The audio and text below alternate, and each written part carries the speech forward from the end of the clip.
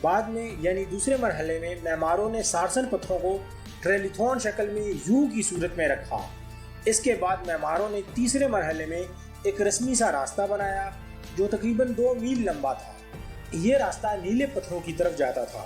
اب معمار ان 56 گھڑوں پر اپنا کام مکمل کرنے کے بعد کیو اور آر نامی ہولز کی طرف بڑھے۔ یہ ایک ڈبل آرک تھا جس میں ان نیلے پتھروں کو ترتیب دیا گیا تھا۔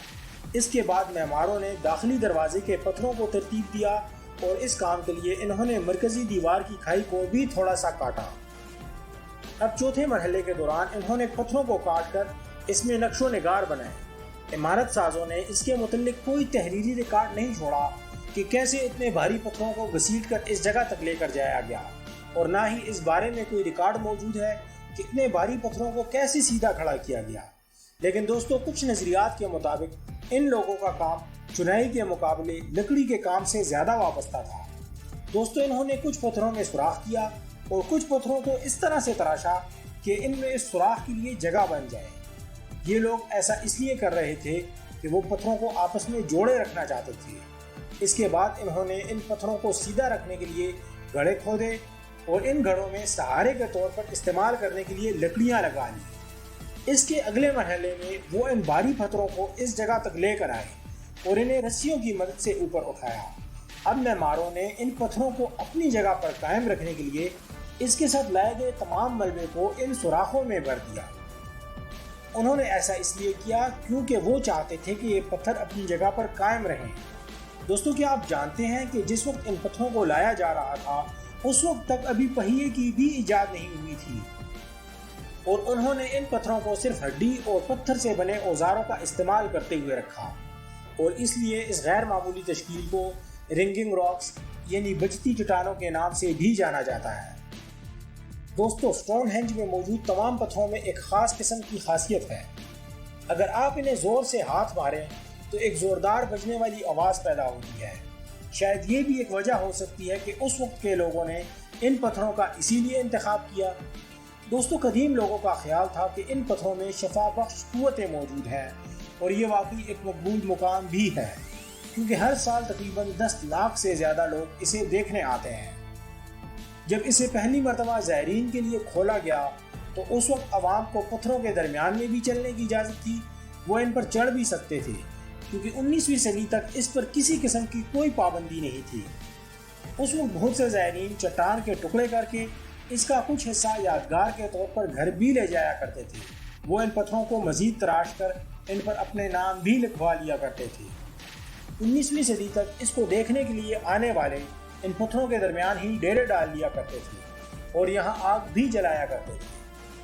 دوستو، شاید انہیں اس وقت معلوم نہیں تھا کہ یہاں گھڑے کھود کر آگ جلانے سے ان پتھروں کو نقصان پہنچ رہا ہے، اور 1997 میں پتھروں کے شدید کٹاؤ کی وجہ سے اس یادگار کو آخر کار بند کر دیا گیا۔ اب اگر آپ اس جگہ پر جانا چاہتے ہیں تو آپ کو اسے دور سے ہی دیکھنا ہوگا، اور اگر آپ دائرے میں جانے کے خواہش مند ہیں تو پھر آپ کچھ معاوضہ ادا کر کے ہی جا سکتے ہیں۔ دوستو، سٹون ہینج کے اصل میں 2 داخلی دروازے تھے، ایک شمال کی طرف اور دوسرا جنوب کی طرف۔